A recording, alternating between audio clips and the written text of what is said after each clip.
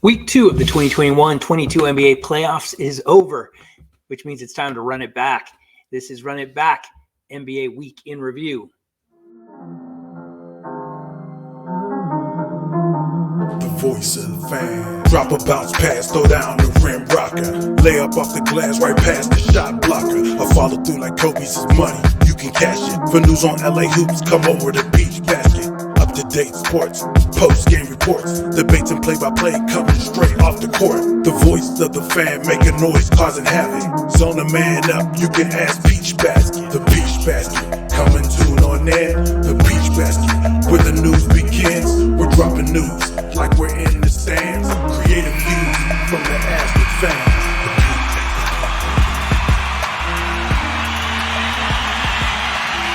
This is the show where we recap the week that was, then take a deep dive into that week for select teams.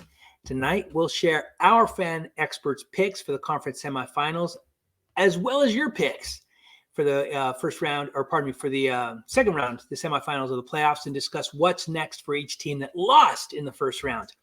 I may or may not be joined by Isaac Edelman of our partner site, flteams.com, tonight to discuss all that, as well as the NBA question of the day. Before we get too deep into the show, I want to share that the NBA playoffs, of course, means next level basketball.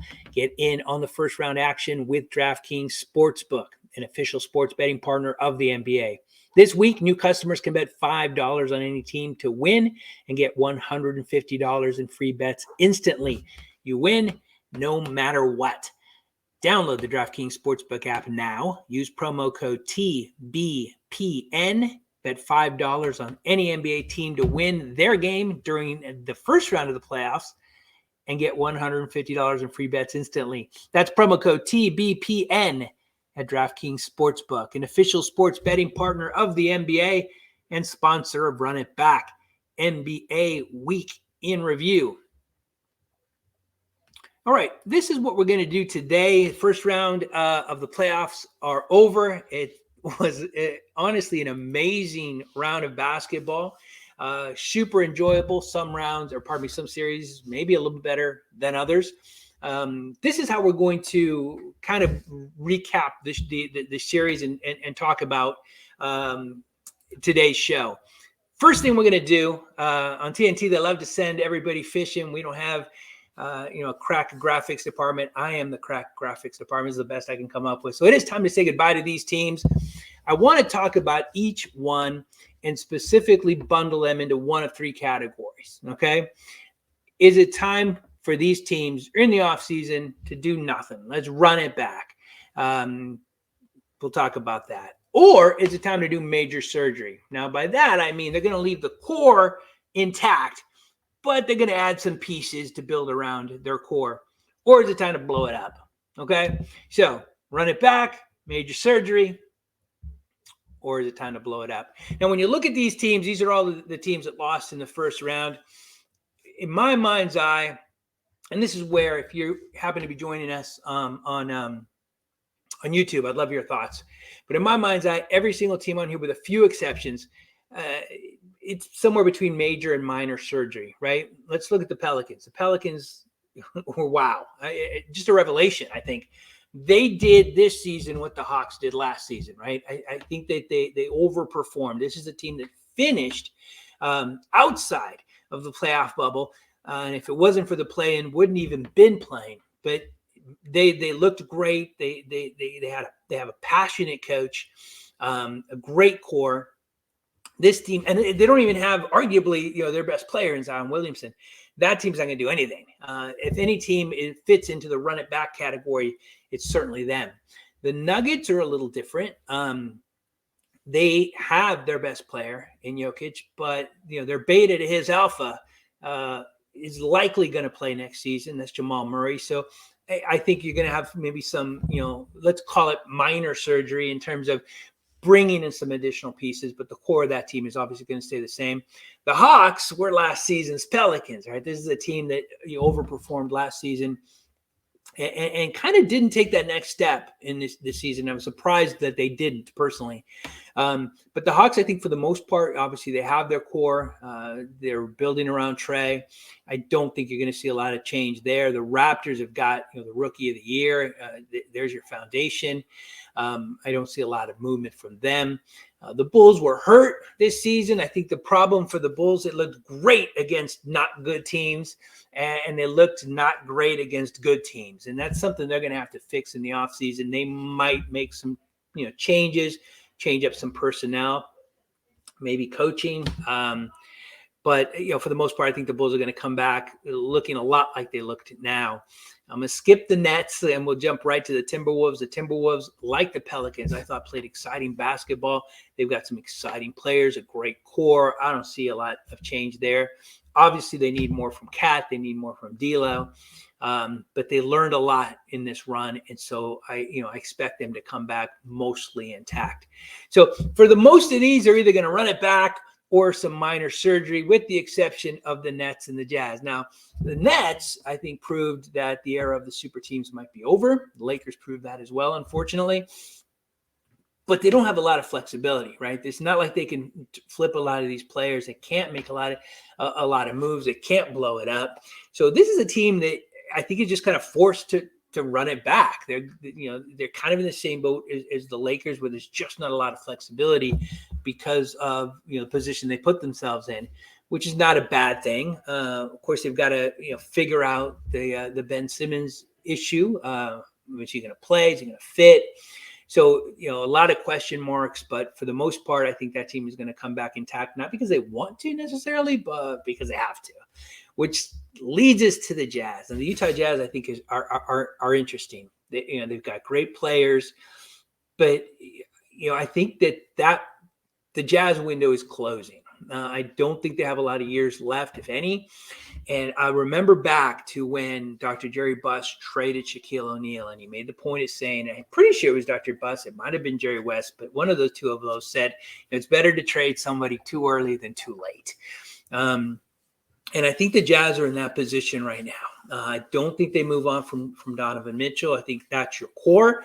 That's who you build around. But I do see them moving on from Rudy Gobert. What that's going to bring back, I don't know. I saw an interesting trade, Gobert for Anthony Davis, which, on the surface, it's not a particularly exciting trade. The Lakers would get back Rudy Gobert and some assets, some trade picks. I think that's a good fit for the Jazz, though, quite honestly. But we'll see how it plays out. I think if one team is going to blow it up or really go through some major surgery on this list of, I hate to call them losers, but it's the Utah Jazz. But that's it. I think, again, congratulations to each team. Congratulations to each fan base. There were some exciting series. And I think, some of these teams are headed in the right direction. With that being said, let's move on now to the winners bracket. And we'll take a look at the conference semifinals. What's exciting about these picks is it wasn't just us that did it. This time, for the first time in our history, we shared it with everybody, and I'm grateful to all of you who shared your picks. It was pretty eye-opening in terms of what people see and what people think, and kind of not where you're putting your money, but where you're putting your bets. Let's start with the Eastern Conference, the Miami Heat and the Philadelphia 76ers. Obviously, everything changed when we found out about Joel Embiid. It's difficult circumstance that he finds himself in. When I saw mild concussion, I thought, well, I think he'll be back. Concussions are a big deal, obviously, but I don't think that was going to be big enough to keep him out. But then it was like an orbital fracture. I mean, he literally has a crack in his skull. I mean, that's crazy. I didn't see the game. I didn't see the replay. I'm not sure that I want to when he hurt himself. But obviously that changes things right now. Last thing I heard, last thing you all heard was he's out indefinitely. That changes things. Now, the Heat, we're probably still favorites even with Embiid because that's a very good team. But without him, as you can tell, the Heat are the favorite. Our picks, your picks, the consensus is the Heat in 6. There's one person who voted Sixers in 7. I would love to find out who that was, and ask them if they think Embiid's coming back or not, or if they really think that the Sixers can beat them without Joel Embiid. I'm not certain that the Sixers can beat the Miami Heat without Joel Embiid. But we'll see how this plays out. That's what I love about the playoffs. Nobody expected the Pelicans to do what they did. Nobody expected the Timberwolves to do what they did. Nobody expected the Atlanta Hawks to do what they did last season. But they did. And here we go. And wow, just in time. I was just about to move on from the Miami Heat, and I kind of feel like we should just to kind of rub it in a little bit. But I'm not. I'm going to let Isaac have his say. Isaac Edelman of our partner site, flteams.com, joins us now. Isaac, welcome. Thank you. Just in under the gun. We were sharing our picks. And when I say ours, I'm talking Peach Basket. I'm talking FL Teams. I'm talking Twitter. These are the picks. Your Miami Heat are the favorite to win in 6. Welcome. Do you agree? Heat in 6? Yes, I went with the Heat in 6. I think that the Sixers, even without Embiid, will give the Heat some trouble, and I think that trouble is to win maybe 1 or 2 games, and that's why I have the Heat going 6. I just think that Tyrese Maxey is amazing. James Harden, I hope he's amazing. I know Jimmy Butler's already talking trash about him and what he does on the court, but one thing is for sure. The Heat, I think, in my opinion, would win the series even with Embiid. The last thing I need is, and this being, Kobe well, obviously you watch the Lakers, masked Kobe Bryant, right? Remember Kobe Bryant wore the mask? Oh, sure. Yeah. Embiid wearing a mask because of his injury. Oh my God. I think the most famous icon is LeBron and his mask, right? I mean, you just go off. So Embiid could be something else. Yeah. When he wears that face mask. Well, and that's a great point. Again, I said this before you jumped on. I didn't see the injury. I don't know where, he's hurt. I know Kobe had a fracture, but it was on his cheek. So the mask worked for him. If Embiid has it somewhere else, I don't know that a mask will work. I mean, did you see the injury? Do you know where he got hit? No, but I saw on Heat Twitter that a lot of people were talking about a masked Embiid. So got it. Yeah, that would be interesting. Yeah. One thing I want to bring up before we move on, because my expertise is with the Heat. Last series against the Hawks, obviously Trae Young did not play well, but I think it had nothing to do with Young. It was completely Miami's defense. Yeah. So if you're a Sixers fan right now listening to this, you better hope that the Sixers offense is clicking, because this Heat defense will shut you down. It doesn't matter how good you are. And with Embiid out, that's just one less player for the Heat to focus on. So, Tyrese Maxey and James Harden, we'll see. Harden did not impress many people against the Raptors in round 1. The Sixers advanced, so we're not going to complain. But Harden needs to step it up, especially against a team in Miami. Yeah.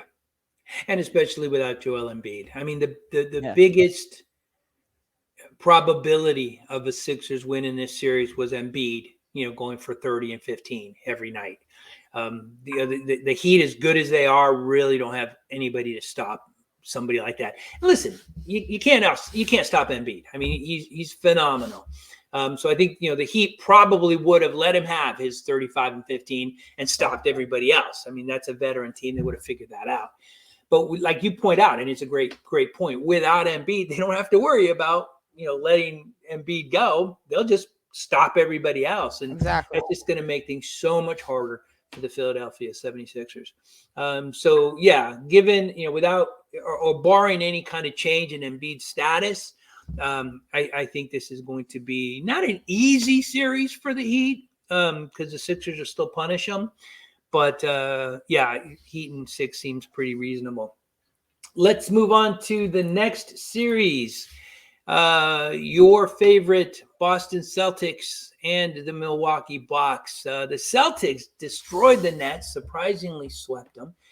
The Bucks, I don't know that they were necessarily challenged in the first round. They'll be challenged in the semis, though. This is going to be an entertaining series. This is the one series where we didn't really have a consensus winner, right? At the end of the day, when the dust settled, more votes for the Bucks in 7. The second most votes is the Celtics at 7. So you all see this as an entertaining, long playoff series with the Bucks coming up and on top in 7 games. What's your gut about this series, Isaac?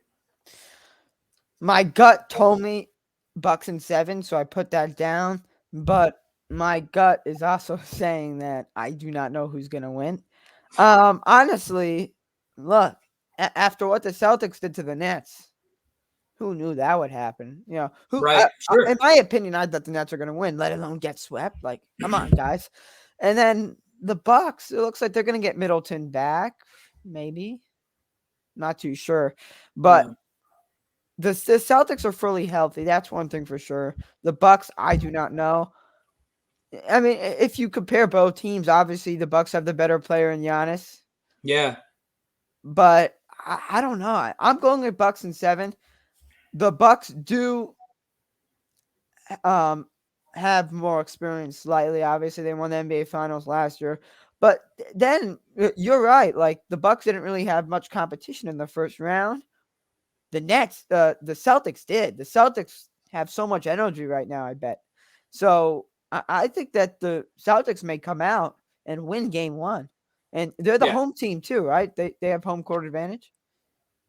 That's a great question. I don't know. They're the 2 seed. They played the Nets. Are they the 2 seed? Yeah, that makes sense. Yeah, so at Boston, I do have the Celtics winning game 1, but Buck fans, don't get your hopes up. I do have the Bucks winning the series, but honestly, this is kind of like that Timberwolves Grizzlies series that we just saw.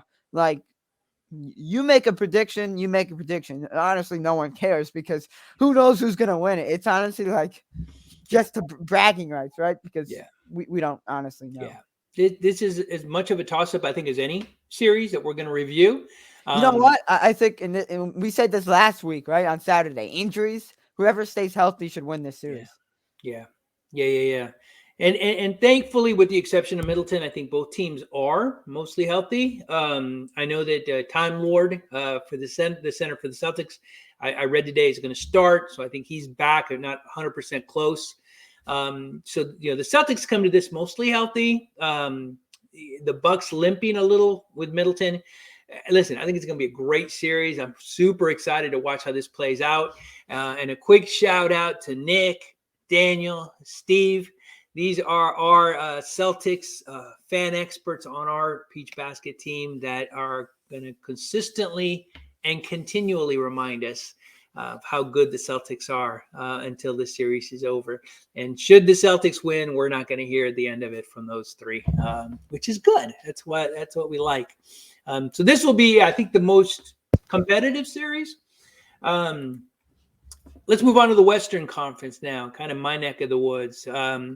The Suns versus the Grizzlies. This is interesting, I think, and I'll share my thoughts as to why. But first off, in terms of our picks, we and you don't see this as much of a series at all. The consensus is Suns in 6. Now, 6 is pretty good. I mean, I think that you all think that the Grizzlies are going to push the Suns, but they're not going to necessarily beat the Suns. And I can't really disagree with that. I think the Grizzlies are a fascinating team. They're so, they're young, they're exciting. They led the NBA in blocks per game, so you're not going to get any freebies in the playoffs. That matters because it is more of a half-court game. Although Jaren Jackson for this team hasn't been getting a lot of playing time. He's a great shot blocker. So, it'll be really, really interesting to see which Grizzlies team shows up. I think they struggled against the Timberwolves. They were better than the Timberwolves, and they won because they're better. But they struggled. I think if they learned something and really matured as a team, as a group, as a coaching staff, they could cause some trouble. They could absolutely cause some trouble. I think the Suns, as good as they are, they didn't look great against the Pelicans. I think the Pelicans showed that, this team is beatable. But at the end of the day, man, Chris Paul has got a chip on his shoulder. He wants a ring. He wants to get back to the finals. He was amazing when it was time to put away the Pelicans. And they've got that experience. And experience generally wins games for you, certainly in the playoffs. So I don't remember how I picked, but I think Suns in 6 is pretty solid. Do you have any thoughts on this one? Yeah, Suns in 6, and that's competitive, right? Yeah, The Grizzlies just beat the Timberwolves in 6 games, and let me tell you something. It looked like the Timberwolves were in every single game. It looked like the Timberwolves could have been up in the series, and no one would know. That's how close the games were.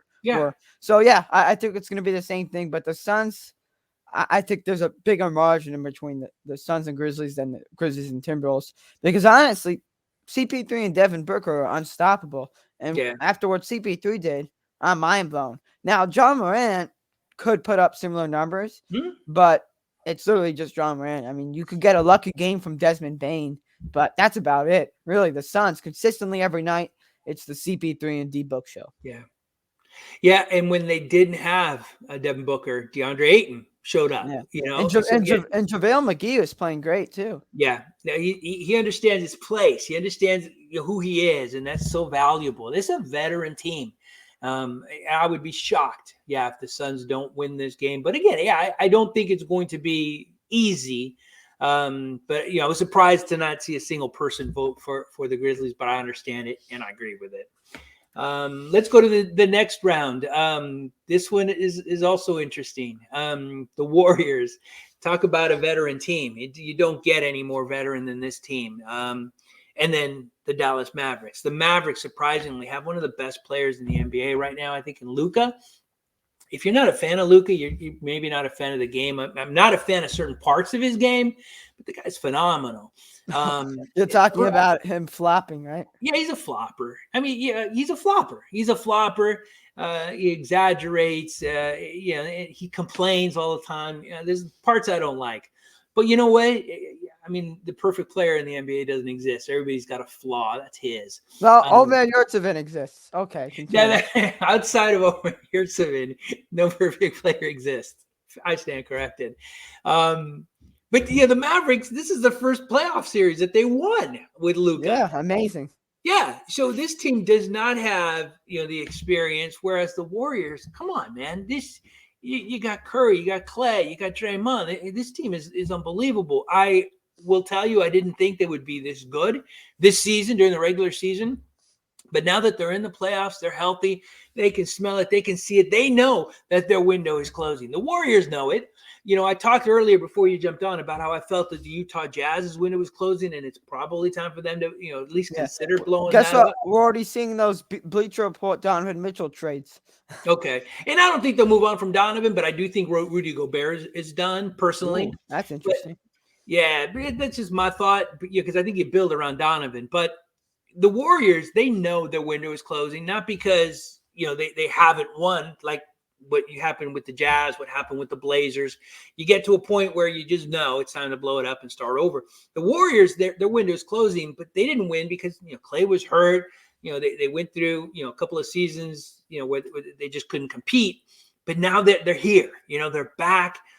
They look so good. This offense is the most entertaining offense I've seen. I mean, it's really fun to watch them play. They're good defensively.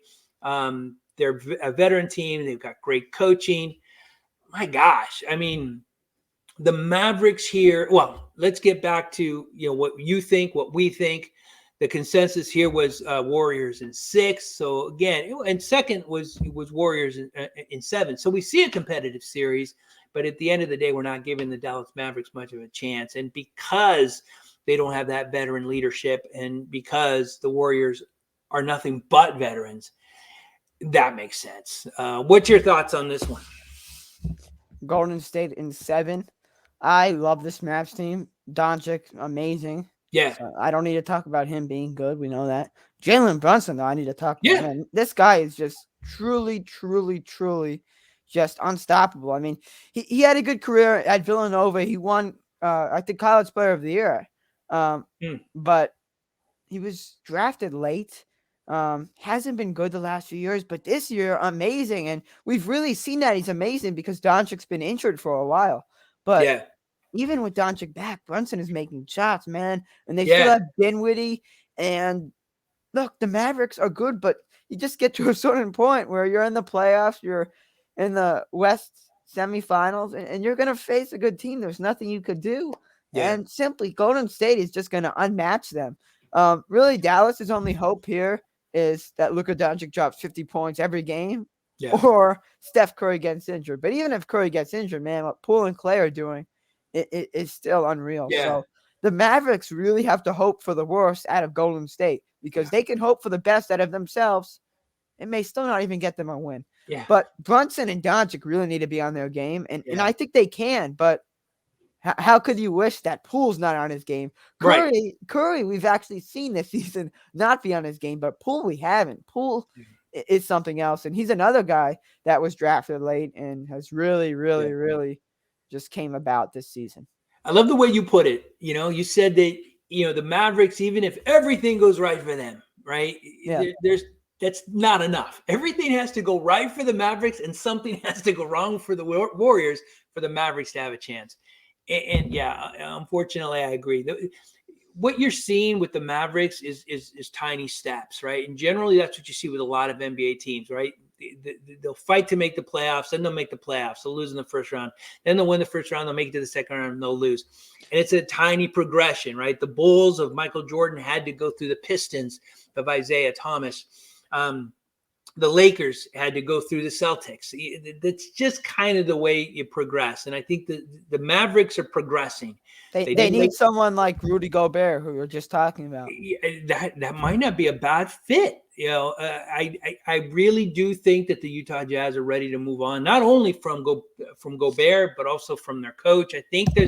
I don't think they're going to blow it up, but there's going to be some major surgery there. So yeah, man, Gobert in Dallas is not bad. See if you can make that happen. So yeah, I think in a day, the veteran leadership in San Francisco is going to make all the difference. All right, that's your picks. That's our picks. Now let's jump to the question of the day. But before we get there, just really briefly, I want to remind you to download the DraftKings Sportsbook app now. Use promo code TBPN. Bet $5 on any team to win their game and get $150 in free bets instantly. That's promo code TBPN at DraftKings Sportsbook, an official sports betting partner of the NBA and sponsor of Run It Back NBA Week in Review. All right, the NBA question of the day. I've said throughout the season that sometimes these are easy, sometimes these are hard. This one writes itself. We are on the eve of the semifinals, the conference semifinals. We've hinted at this, but let's put this down, etch it in stone, Isaac. Which team makes the 2021-22 NBA Final Four? You got 8 choices here. Who's in your Final Four? Heat. I should have said them last. I'm just kidding. Yeah, to make it more, drama now. Right. The Heat, the Bucks, Yeah, Golden State, and Phoenix. And I think that is probably the common answers for everyone. yeah. It sucks that the Sixers were playing the Heat because honestly, I would have the Sixers beating the Bucks or Celtics. So Wow. that can't happen though because they're playing the Heat. Yeah. But in the West, yeah, honestly, Golden State and the Suns are the two best teams. Yeah. I don't see the Grizzlies and Mavericks. But hey, injuries can change everything. I don't know how many times I have to say that. Yeah. Listen, my picks are the same as yours. I think the Eastern, should that work out, the Eastern conference finals between the Heat and Bucks is going to be honestly epic. Two great teams. The Suns and the Warriors also epic. Two great teams battling. I mean, I'm getting excited thinking about it. We don't normally do this, but I'm going to go off script, and I know you can handle it, Isaac. If you had to pick one team on here, who has the best chance in your loser bracket to pull off the upset? The Sixers, the Grizzlies, the Mavericks, or the Celtics? Who do you think has the best chance to sneak in, assuming everybody's healthy, right? Just assuming everybody's healthy. Who's your dark horse? The Celtics. Yeah, mine too. The Celtics are playing good. And you know I mean it because I didn't want to. Because you don't like the Celtics. you know that when I say Celtics and an answer, I mean it because I don't want to say it. Yeah. I agree with you 100%. I think the Celtics, that's the one team I think, I don't know that I would even call it much of an upset. Of course it would be, but everybody else here, especially without Embiid and the Sixers, I agree with you. The Celtics getting in would be. I kind of did want to say the Grizzlies too because Ja Morant, man, he's been insane in the playoffs. But again, the Suns and Golden State are like unstoppable. It was shown in the regular season too. It's just, I almost think that's. I don't want to call it a foregone conclusion, but I think that's going to be tougher to miss. I think that Western Conference, that conference finals is pretty much etched in stone. We'll see. But the East is a little murky. The Celtics could definitely slide in. And let me tell you, one of the things you might not know about the Peach Basket, we have a pretty active Slack channel, and there are quite a few Celtics fans. And Isaac is a Heat fan, and they like to talk to each other. And I can't imagine what our Slack channel is going to look like in the event it's Heat versus Celtics. I kind of don't. I think I would take time off on this Slack channel if that is the Eastern Conference Finals. I don't know. You'd want to be on it. That, and by the way, for anyone that doesn't know, that's when Tatum can earn my respect. If he, and especially after what I saw with Trae Young, the Heat shutting Trae Young down. If Tatum goes off, man, hey, credit to him, man. Yeah. And that's what I love about our team. Honestly, we love our teams, but we respect the other team. And I would love nothing more than to watch, Tatum go off, beat the Heat, make it to the finals, and Isaac to say, begrudgingly, yeah, he's a superstar. That would be pretty epic. But I don't know. I think it's a bit of a long shot. I think the Heat and the Bucks is more likely. I have a quick question for you. I know this is not on the script, Jose, but I'm going to do it anyway. Jose, I have a question for you. You ready? Hit me. How let's see how I can word this. All right, in the East semifinals, that's 4 matchups, right? 8 teams. How many games? This is not going to be probably accurate because there could be 7 games in each series. So 7 times 4 is 28. So you don't know. But out of the 28 games, how many do you think is going to come down to the final shot? I know it's a kind of a tough question and you're put on the spot, but I'm just wondering because we saw that with the Timberwolves and Grizzlies, not really the Suns and Pelicans, but the Celtics and Nets, even though the Celtics swept the Nets, there were a few close games there. So out of 28 possible games, how many games do you think are going to come down to the final shot? And when I say the final shot, maybe a minute left, 4-point game. Yeah. It's an interesting question. I think both series are going to be tightly contested. I think the law of averages, you're going to have 1 or 2 blowouts because it happens. I think conversely, I think you're going to have 1 to 2 games that are down to the wire, within 2 or 3 points in crunch time. And as you know, because you've said it, you've tweeted it, the Miami Heat. That's not a point of excellence for them. They struggle when they've got, in crunch time when they've got to make that last shot. Whereas, the Bucks, the Celtics, the other teams, the Sixers, well, even Embiid hit a last shot. You know what? Every team on here, except the Heat, has a go-to, and that's why I said that's the only concern with the Heat. Every team right here on this screen has a go-to shooter. Some teams have multiple. Golden State doesn't always need to go to Steph Curry. Right. The Mavericks, maybe I'll throw in Brunson there. He's clutch. The Sixers actually have 3. Embiid, Harden, and Maxey. The Bucks could go with Middleton if they want. The Celtics probably can go with Jaylen Brown. Honestly, the Heat are the only team that do not have a go-to shooter. You say, don't they have a star, Jimmy Butler?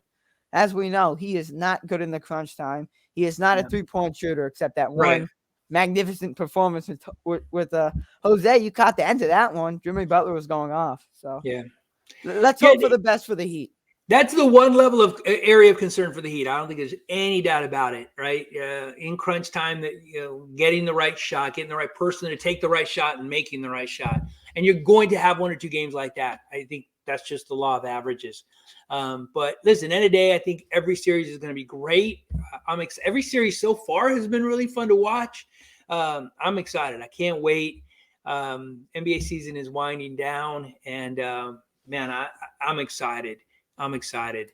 That's it. That is our show. I wanted to, close with one, once again, reminding you that we're the peachbasket.net. We exist to amplify the voice of passionate basketball fans. If you are curious about writing, podcasting, streaming, live tweeting games, look to us. We would love to help you, explore the possibility of doing that with us, building a portfolio. And of course, if you just enjoy reading and writing and listening to basketball, consider the peachbasket.net. We had a really good year this year. We're looking to grow and expand next year, and we'd love for you to be a part of that expansion. Isaac, as always, thank you. That'll do it. Week 2 of the playoff season is in the books. Please join us next week when we run back Week 3 of the 2021-22 NBA playoff season. Thanks, as always, for watching. Thanks for listening. We'll see you next week. The voice of the fan. Drop a bounce pass, throw down the rim rocker. Lay up off the glass, right past the shot blocker. I follow through like Kobe's is money. You can cash it. For news on LA hoops, come over to Peach Basket.